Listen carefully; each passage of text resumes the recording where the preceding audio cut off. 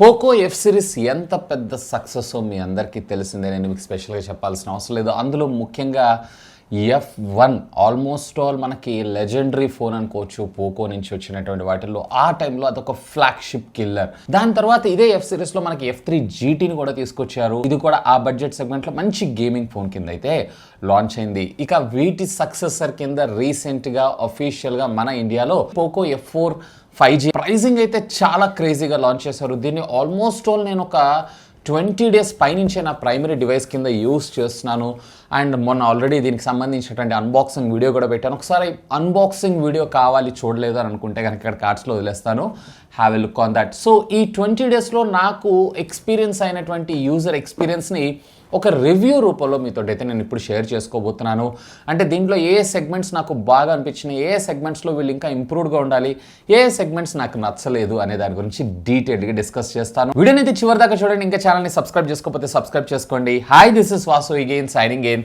Welcome to my channel Vaasutechvlogs. Friends, first of all దీనికి సంబంధించినటువంటి pros గురించి మాట్లాడుకుందాం. అందులో దీని డిజైన్ నిజంగా చెప్పాలన్నట్లయితే డిజైన్ పరంగా నాకేం పెద్దగా ఇది అట్రాక్షన్ అయితే ఏం చేయలేదు. ఎందుకంటే పోకోకి సంబంధించి డిజైనింగ్కే వీళ్ళు ఒక స్పెషల్ ట్రెడిషనల్ మార్క్ అని మనం చెప్పుకోవచ్చు. బ్యాక్ సైడ్ ఆ పెద్ద కెమెరా బంప్ ఏదైతుందో ఆ బంప్ని అయితే నేను ఇందులో మిస్ అవుతున్నాను. డిజైన్ పరంగా నాకు క్వైట్ నార్మల్గా రెగ్యులర్ ఫోన్స్ ఎలా అయితే ఉన్నాయో అదే విధంగా ఉంది. ఇన్ఫ్యాక్ట్ ఇది కొత్త మోడల్ ఏం కాదు. ఆల్రెడీ చైనాలో వీళ్ళు లాంచ్ చేసినటువంటి Redmi K40Sనే globally Poco F4 5G అనేటువంటి పేరుతో రీబ్రాండ్ చేయటం అయితే జరిగింది. కాకపోతే ఇక్కడ ఇంట్రెస్టింగ్ థింగ్ ఏంటి అంటే ఫోన్ అనేది కొంచెం మీకు స్లీక్గా రావడం జరుగుతుంది. సుమారుగా 7.7 mm థిక్నెస్ అయితే మీకు రావడంతో పాటు ఓవరాల్గా ఫోన్ వచ్చేటప్పటికి మీకు కేవలం 190 grams మాత్రమే రావడం జరుగుతుంది. సో కాంపాక్ట్ సైజ్లో అలాగే చాలా తక్కువ లైట్ వెయిట్లో మీరు ఒక మొబైల్ ఫోన్ చూస్తున్నారు అన్నట్లయితే ఖచ్చితంగా మీరు దీనిపైన ఒక లుక్ వేయండి. ఈవెన్ దీంట్లో మనకి front Corning Gorilla Glass version 5ని అలాగే రేర్ వచ్చేటప్పటికే గ్లాస్ని అది కూడా కార్నింగ్ గొరిల్లా గ్లాస్ వర్షన్ 3 అని అనుకుంటే if I'm not wrong. And camera bump వీటన్నిటి మీద కూడా గ్లాసీ డిజైన్ అండ్ గ్లాస్ మెటీరియల్ని యూజ్ చేయడం జరిగింది. కొంచెం మీకు ఒక ప్రీమియం సెగ్మెంట్ ఫోన్ని టచ్ చేస్తున్నారు లేదా వాడుతున్నారు లేదా లుక్స్ పరంగా కూడా అదే విధంగా మనకి రావడం జరుగుతుంది. బట్ ఈ సైడ్ బాడీ అంతా కూడా మనకి పాలీకార్బన్కి సంబంధించినటువంటి ప్లాస్టిక్ మెటీరియల్ని మనకి యూజ్ చేయడం జరిగింది. అండ్ ఇందులో వచ్చేటప్పటికి మనకి IP53 వాటర్ రెసిస్టెంట్ టెక్నాలజీని కూడా మన ముందు తీసుకొచ్చారు. అంటే ఇది వచ్చేటప్పటికి కైండ్ ఆఫ్ డస్ట్ అలాగే చిన్నపాటి నీళ్ళ తుప్పర్లు ఉంటాయి చూసారా, సో వాటికైతే ఇది సస్టైన్ అవ్వగలదు. దీంట్లో మీకు బేసికల్లీ 2 కలర్స్ ఉంటాయి. ఒకటి వచ్చేటప్పటికే గ్రీన్ అలాగే మరొకటి వచ్చేటప్పటికే మనకి బ్లాక్ కలర్. దీంట్లో నేను ఆ ఎల్లో కలర్ అయితే మిస్ అవుతున్నాను. అది కూడా తెచ్చుంటే బాగుండేదని నా అభిప్రాయం. సో ఓవరాల్ గా డిజైన్ వదిలేశారు అన్నట్లయితే కనుక బిల్డ్ క్వాలిటీ పరంగా అలాగే light in weight even compact design గా ఇది చాలా బాగా డిజైన్ చేయడం జరిగింది. సో దీన్ని మనం ఒక ప్రో కింద కన్సిడర్ చేయొచ్చు. ఇక దీంట్లో మరొక ప్రో ఎలిమెంట్ విషయానికి వచ్చారంటే ముఖ్యంగా ఈ బడ్జెట్ సెగ్మెంట్ లో మీకు 8 సిరీస్ ప్రాసెసర్ అయితే రావడం జరుగుతుంది. అఫ్ కోర్స్ మీకు అక్కడ iQOO Neo 6 మొబైల్ ఫోన్ కూడా ఉండడం జరిగింది. So compare to iQOO Neo 6 కన్నా కానీ ఆల్మోస్ట్ ప్రాసెసింగ్ అయితే సేమ్ ఉంటుంది, కానీ దీంట్లో కొన్ని ఎడిషనల్ ఫీచర్స్ అయితే మనకు ప్రొవైడ్ చేయడం జరిగింది. ముఖ్యంగా ఈ బడ్జెట్ సెగ్మెంట్ లో విత్ కార్డ్ ఆఫర్స్ అన్ని డిస్కౌంట్స్ చూసుకున్నారు అన్నట్లయితే 24,000 రూపాయలకి దీంట్లో మీకు బేస్ వేరియంట్ 6 + 128 GB వేరియంట్ అయితే రావడం జరుగుతుంది. సో డే టు డే లైఫ్లో ఒకవేళ మీరు గనక ఒక మీడియం గేమర్ అయి ఉన్నట్లయితే కనుక ఖచ్చితంగా ఇది కొంచెం గేమింగ్ కింద కూడా మీరైతే దీన్ని కన్సిడర్ చేయొచ్చు. సో డే టు డే లైఫ్లో మీకు ఎలాంటి ప్రాబ్లమ్స్ లేకుండా, ల్యాగ్ లేకుండా ఈవెన్ పెద్ద పెద్ద యాప్స్ని కూడా చాలా సునాయాసంగా ఇదైతే హ్యాండిల్ చేయగలదు. ఇన్ఫ్యాక్ట్ దీంట్లో మనకి LPDDR5 టెక్నాలజీకి సంబంధించినటువంటి RAM UFS 3.1 స్టోరేజ్ని మన ముందు తీసుకొచ్చారు. ఇక్కడ కూడా వీళ్ళైతే ఏం కాంప్రమైజ్ కాలేదు. ఒక ఫ్లాగ్షిప్ లెవెల్ పెర్ఫార్మెన్స్ని అయితే మీరు ఇందులో ఎక్స్పెక్ట్ చేయొచ్చు. ఈవెన్ ఇదే కాదు, దీంట్లో మనకి హీట్ మేనేజ్మెంట్ కూడా చాలా బాగా వీళ్ళు లిక్విడ్ కూలింగ్ టెక్నాలజీ 2.0ని మన ముందు తీసుకొచ్చారు. So compare to previous generation దాంతో పోల్చారంటే లోపల ఉండేటువంటి ఈ హీట్ డిస్ప్లేస్మెంట్ ఏదైతే ఉందో చాలా చాలా చాలా బాగా ఇంప్రూవ్ చేయడం జరిగింది.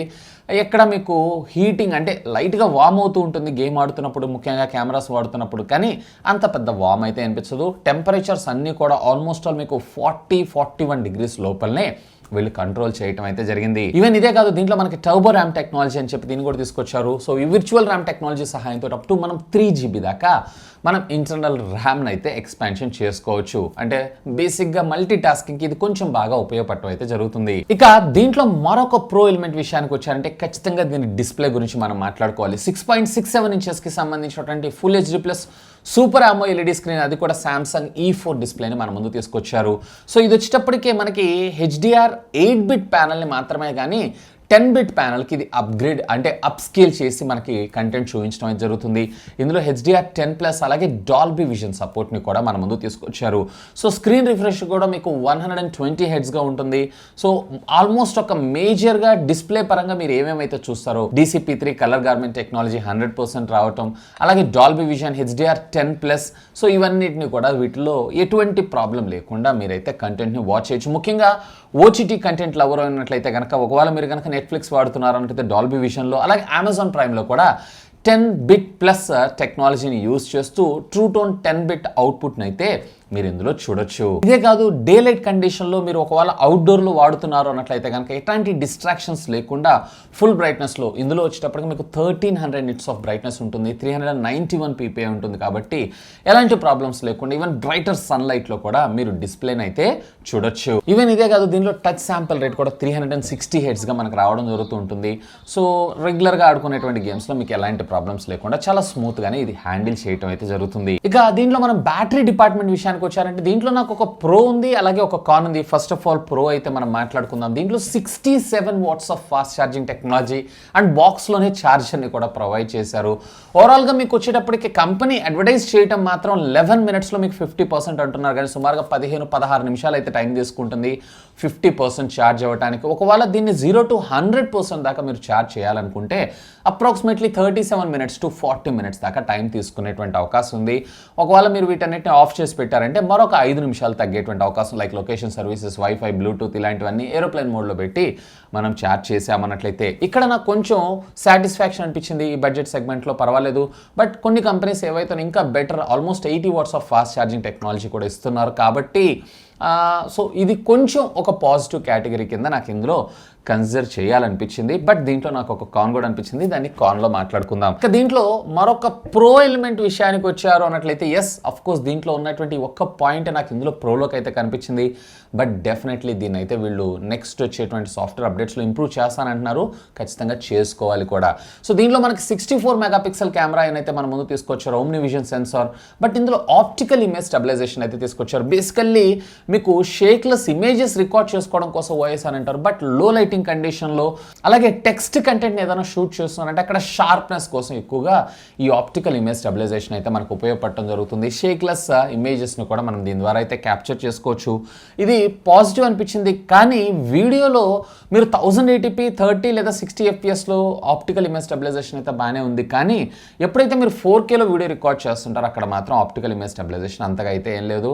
సో నార్మల్ రికార్డ్ చేసినట్లుగానే ఉంది. ఒకవేళ 4K video content optical image stabilisation కోసం మీరు ఈ మొబైల్ ఫోన్ పర్చేజ్ చేయాలని చూస్తున్నారు అన్నట్లయితే మళ్ళీ ఒకసారి అయితే ఆలోచించండి. ఇక ఫ్రంట్ దీని గురించి కూడా నేనైతే కాన్లో మాట్లాడతాను. ఫ్రంట్ పంచ్ హోల్ కట్అవుట్ ఏదైతే ఉందో చాలా చాలా చాలా సూపర్ థిన్గా ఉంది. ఇంకా చెప్పాలంటే అసలు ఆల్మోస్ట్ ఒక ఫుల్ ఎడ్జ్ డిస్ప్లే మీరు చూస్తున్నటువంటి ఫీల్ అయితే మీకు రావడం జరుగుతుంది.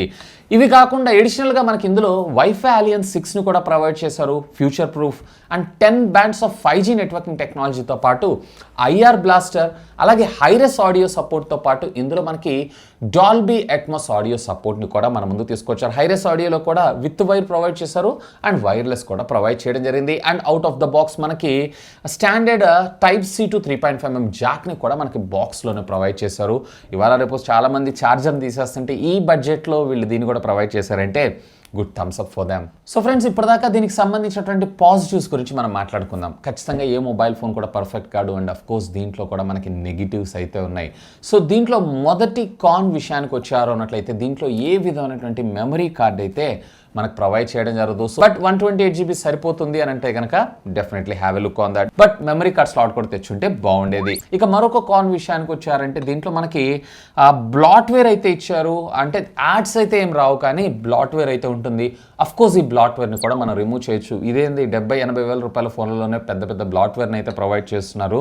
సో దీంట్లో ఓకే, బట్ యాడ్స్ని ప్రొవైడ్ చేయట్లేదు కాబట్టి క్లీన్ యూఐ కింద ప్రజెంట్ చేస్తుంటే బాగుండేదని నా అభిప్రాయం. ఈ బ్లాట్వేర్ని టోటలీ వీళ్ళు రిమూవ్ చేస్తే బాగుండేది అనిపించింది. ఇక దీంట్లో మరొక కాన్ అని కూడా చెప్పలేములే కానీ వీళ్ళైతే ఎక్కడ మనకు ఒక క్లారిటీని అయితే ప్రొవైడ్ చేయలేదు. ఎందుకంటే ప్రీవియస్లీ X3 Pro అలాగే X2 ఇట్లాంటి ఫోన్స్ అన్నింటిలో మనకి సాఫ్ట్వేర్ అప్డేట్, ఈవెన్ కెమెరాస్ ఏవైతున్నాయో డెడ్ అవుతున్నాయని చెప్పి చాలా కంప్లైంట్స్ అయితే చూస్తున్నాం. దీని గురించి ఆల్రెడీ నేను కంపెనీతో కూడా మాట్లాడాను. సాధ్యమైనంత వరకు వీటన్నిటికి కూడా రిజల్యూషన్ ఇస్తానని చెప్పి ఆల్రెడీ వీళ్ళు ఎగ్జిస్టింగ్ ఉన్నటువంటి X3 Pro యూజర్స్ అందరికీ కూడా 6 months వారంటీని పెంచడం జరిగింది.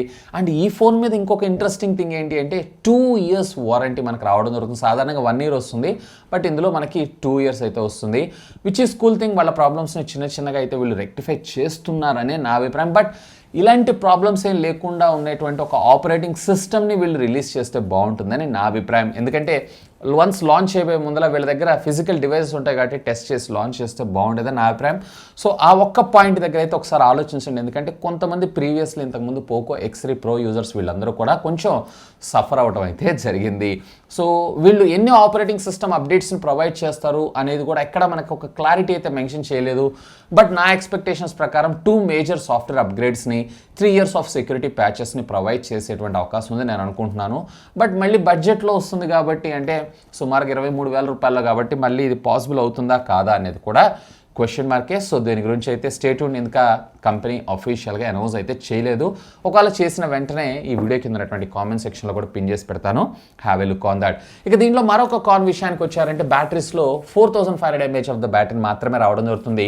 ఒకవేళ మీరు కనుక హెవీ యూజర్ అయి ఉన్నట్లయితే కనుక ఆల్మోస్ట్ 1 day బ్యాటరీ బ్యాకప్ వచ్చేటువంటి అవకాశం అయితే ఉంది.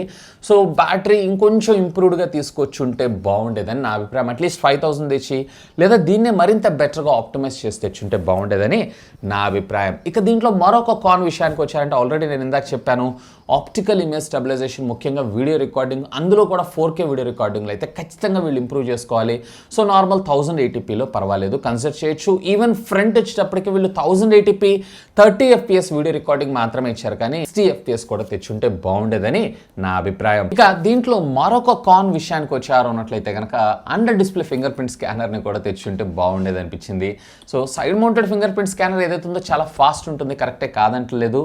బట్ కంపెనీ చెప్పడం ఏంటంటే దీనివల్ల మొబైల్ ఫోన్స్ ఏవైతే ఉన్నాయో డిస్ప్లేస్ కొంచెం థిక్గా ఉంటాయి, దానివల్ల మొబైల్ ఫోన్ కొంచెం లావ్ అయ్యేటువంటి అవకాశం ఉంది. స్లీక్గా డిజైన్ తెద్దామన్న ఉద్దేశంతో సైడ్ మౌంటర్ తెచ్చానంటున్నారు.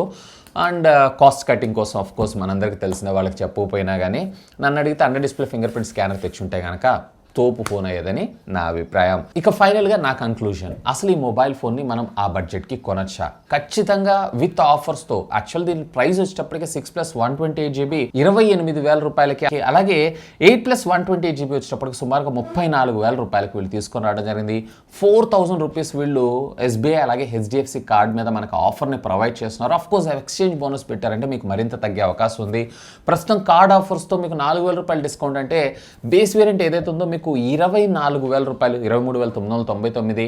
అలాగే హై ఎండ్ వేరియంట్ ఏదైతే ఉందో ఇది సుమారుగా 29,999 రూపాయలకి వస్తుంది. కాబట్టి ఆ సెగ్మెంట్లో మాత్రం ఇది కిల్లర్ డీల్ అని నా అభిప్రాయం.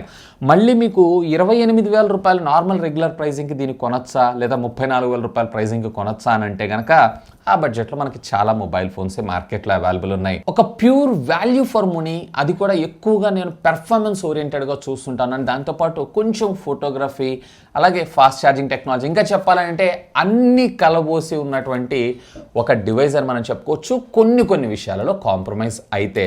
సో ఆ బడ్జెట్ సెగ్మెంట్లో నిజంగా పోకో ది నెయిల్డ్ ఇట్ అనే నా అభిప్రాయం. 24,000 రూపాయలకి నేను చెప్తున్నాను, మళ్ళీ 28,000 రూపాయలకైతే కాదు. ఒకవేళ మీరు కనుక ఒక మంచి పెర్ఫార్మెన్స్ ఉన్నటువంటి మొబైల్ ఫోన్ని కనుక చూస్తున్నారు అన్నట్లయితే కనుక, ముఖ్యంగా మీ బడ్జెట్ వచ్చేటప్పటికి 25,000 రూపాయలు అన్నట్లయితే డెఫినెట్లీ దీన్ని అయితే మీరు కన్సిడర్ చేయండి. ఇన్ఫ్యాక్ట్ దీంట్లో మనకి ఓటీటీ కంటెంట్లో కూడా Dolby Vision, Dolby Atmos, IR blaster, అలాగే optical image stabilisation, even fast charging technology కూడా, అంటే ఆల్మోస్ట్ అన్ని కలగోసి ఉన్నటువంటి ఒక డివైస్ అని మనం చెప్పుకోవచ్చు. బట్ కొన్ని విషయాలలో మీరు కాంప్రమైజ్ అవ్వగలిగితే. ఇంకా మీకు ఏమైనా డౌట్స్ ఉన్నట్లయితే లెట్ మీ నో, కింద ఉన్నటువంటి కామెంట్ సెక్షన్లో కామెంట్ చేయగలరు. That's all for today. This is Vasu signing off. Have a great day.